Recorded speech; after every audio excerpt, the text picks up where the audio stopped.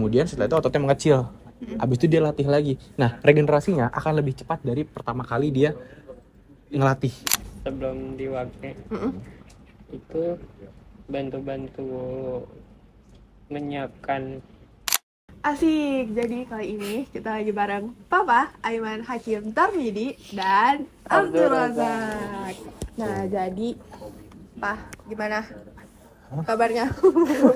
Baik, alhamdulillah baik. Sih, enggak apa-apa. Lu malah pergi-pergi. Apa kita santai aja ngobrolnya. Ya alhamdulillah baik. Baik. Nah, Ojek hari gimana? ini cukup senang. Baik. Tahu aja. Nah, terus gimana? Ya, jadi lu nggak mau ngenalin gua ke pemirsa? Oh ya, jadi Papa ini merupakan fitness influencer dan Ojak adalah calon pengusaha Empempe. Amin, ya rabbal alamin. Nah, jadi gimana tuh Pak? Gimana? Terkait fitness influencer Papa sekarang berjalan lancar gak? Ya sebenarnya untuk sekarang ini ya masih agak terhambat ya karena beberapa tugas kuliah juga kemarin juga sempet teater kan, Teater. dan itu emang cukup nyita waktu juga. Iya. Jadi ya belum ada konten terbaru sih, cuman kemarin itu ada satu konten yang cukup meledak Banget ya. Wow. Iya. Berapa tuh? Nggak meledak banget sih, 40.000 doang. Itu lumayan loh, Itu 40.000. lumayan. 40.000 dia ngebahas tentang muscle memory. Muscle memory. Iya. Gitu.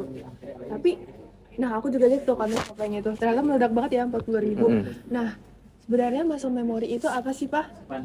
Jadi kalau yang di video gue tuh muscle memory-nya kita bahas dalam konteks hipertrofia atau dalam konteks pembentukan otot, ya nge-gym gitu aja.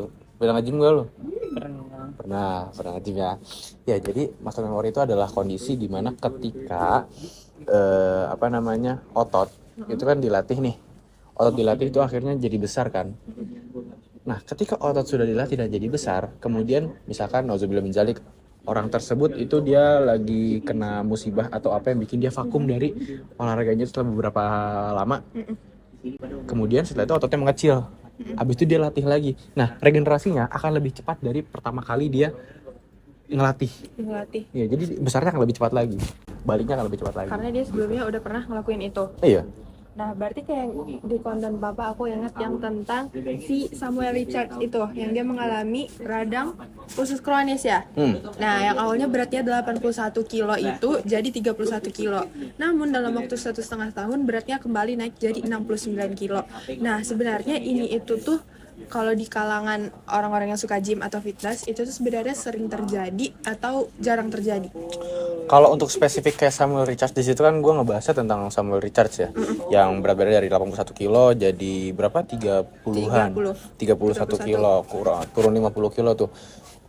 Sebenarnya kalau yang kasusnya seperti Samuel Richards gue juga nggak tahu ya karena penyakit, tapi kalau secara umumnya kayak misalkan ada orang yang vakum dari olahraga itu karena kesibukan atau karena ada fokus lain, itu sering terjadi sih. Berarti dengan naik turunnya berat badan itu udah biasa terjadi ya? Udah biasa terjadi, dengan naik turunnya intensitas dan pola latihan juga sering banget terjadi gitu loh. Nah, terus kan tadi Papa bilang kalau muscle memory itu adalah gimana memori otak kita itu punya memori otot itu punya yang namanya kok gue lupa sih? Hipertrofi. Iya, hipertrofi. Nah, kan di muscle memory itu berarti apabila kita sudah pernah melakukan suatu kegiatan itu, kalau nggak diulangin lagi vakum dalam berapa waktu lama, terus kita ulangin, kan dia bakal berkembang lagi tuh, bakal tumbuh lebih cepat lagi ototnya. Kalau seandainya nih case-nya itu adalah orang yang nauzubillah min dzalik sakit stroke atau kalau lumpuh mah nggak bisa jalan lagi ya. Kalau stroke nih, nah dia tuh kan mungkin bisa jadi dia berbaring berapa lama di atas kasur. Nah tapi setelah itu kenapa beberapa rata-rata ya orang-orang itu kesulitan lagi untuk jalan seperti semulanya? Oke, kalau dalam konteks stroke tadi ini based on pengalaman juga ya, karena orang tua saya juga ayah gue itu kena stroke juga. Jadi kasusnya adalah pecah pembuluh darah di otak, dan ternyata Setelah diperiksa lagi, yang pecah itu kalau stroke itu bukan cuma di otak doang, tapi di seluruh tubuh bagian yang terkena stroke juga.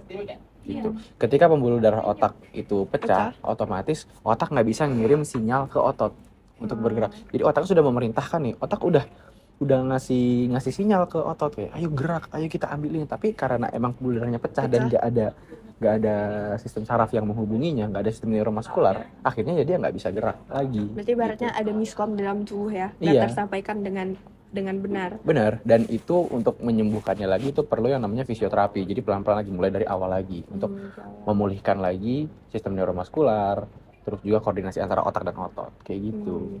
Dan kalau ngomongin masalah memori, kenapa bisa terjadi? Jadi begini, otot itu sebelumnya kalau nggak dilatih itu kan kecil ya. Ketika dilatih, otot akan mengalami yang namanya adaptasi. Adaptasi ini dia mengaktifkan inti sel yang namanya myonuclei dalam otot. Myonuclei itu tugasnya adalah untuk menjaga, memperkuat dan menambahkan massa otot. Gitu. Ketika myonuclei-nya udah banyak, terjadi yang namanya hypertrofi. Hypertrofi itu artinya ototnya membesar. Gitu. Jadi semakin besar otot, myonuclei-nya makin banyak nih. Makin banyak. Ibaratnya pabrik-pabriknya makin banyak nih. Gitu. Nah, ketika orang lama nggak latihan, otomatis akan terjadi namanya atrofi dalam otot. Atrofi itu adalah ototnya menyusut. Tapi inti sel myonuclei yang udah banyak dalam otot, ini dia nggak akan hilang. Berarti dia tetap ada, cuman dia tidak mengembang. Iya, karena nggak dilatih. Makanya ketika dilatih lagi, udah ada kan cadangan myonuclei-nya. Jadi dia bisa regenerasi lebih cepat lagi. Melalui apa? Melalui sintesis protein. Nah, dalam regenerasinya itu juga kita nggak bisa ngandelin myonuclei aja. Nggak bisa ngandelin ini aja nih. Perlu ada makanan yang masuk ke dalam tubuh kita yang dari protein nabati dan hewani. Bisa dari tempe, kedelai, tahu, ayam, sapi, terus juga hewan-hewan laut, ikan. Oh, ikan. Nah, ikan nih kita jadi ingat empek-empeknya Oh Ojak. iya, iya ya, pengusaha tempe tadi diem-diem baik. Iya, diem-diem aja nih Jak, ikut Jak. Nah, kira-kira Jak, pempek Ojak itu terbuat dari apa aja tuh bahan-bahannya? Ikan tenggiri, Ikan tenggiri, Terus? berarti terigu, telur gitu. Nah, berarti Ojak kan pengen ngelanjutin usaha Mama di bidang pempek, di bidang kuliner. Nah, itu tuh nanti Ojak pengen buka cabang di mana atau stuck di satu tempat aja? Nih, sekarang kan Ojak udah ada base-nya. Iya, Base-nya di mana? BSD ya tadi. Di BSD. Nah, Ojak ini sebagai pelanjut usaha keluarga maunya cuman stay di BSD aja atau kesebar ke bertempat-tempat. Berbagai kesebar ya, pengennya kesebar ya. Gitu.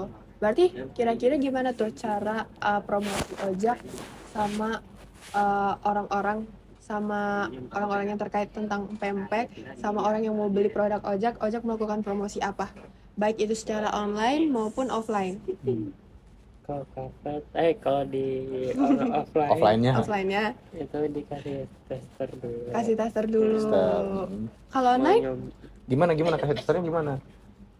Kalau mau nyobain apa pempek yang mana tuh aku kasih tester dulu. Tester. Kalau seandainya online kasih tester juga. Eh, Giveaway. Kok gimana ya? Pengusahanya juga berarti giveaway. Kalau misalkan Kalau giveaway-nya kalau offline kan ini ya mau cobain ini, cobain Kak. gitu enggak. Berarti Enggak. kalau online Kalau online giveaway. kalau dia mintanya 10 dikirimin 10 enggak? Bangkrut. Belum jadi jualan udah Belum jualan bangkrut. udah bangkrut gitu. Oke. Nah, Nah, kira-kira Ojak ini enggak bisa bikin pempek nggak sih sebenarnya? Kalau dari Ojak mungkin pernah bantuin ibu bikin pempek atau gitu pernah pernah? lihat proses pembuatannya? pernah lihat sih, Nggak lihat. Bantuin pernah ibu. bantuin si magang. Magang. Ini cerita gimana? Wah, gimana ceritanya tuh? Magang tuh ngapain? Awalnya waktu pas magang kemarin yang pas sebelum diwakil itu bantu-bantu menyiapkan hidangannya. Oh, menyiapkan hidangannya. Oh, Gitu. kirain membantu makan. Atau membantu melihat. Ya, Atau bantu doa. membantu nyiapin. Itu di restoran. Iya di restonya. Oh, berarti udah ada resto di BSD itu udah ada restonya ya?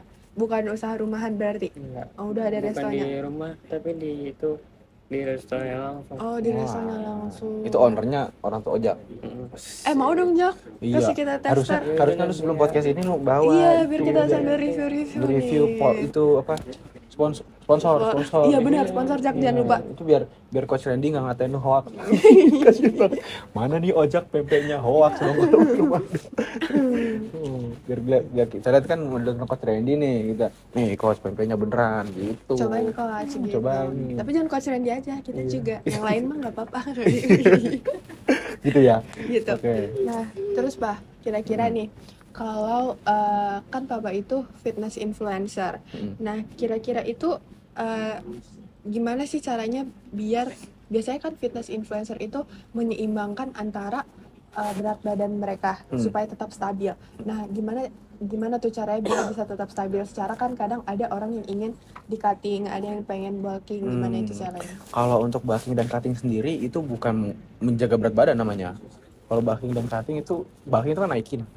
Cutting itu nurunin gitu.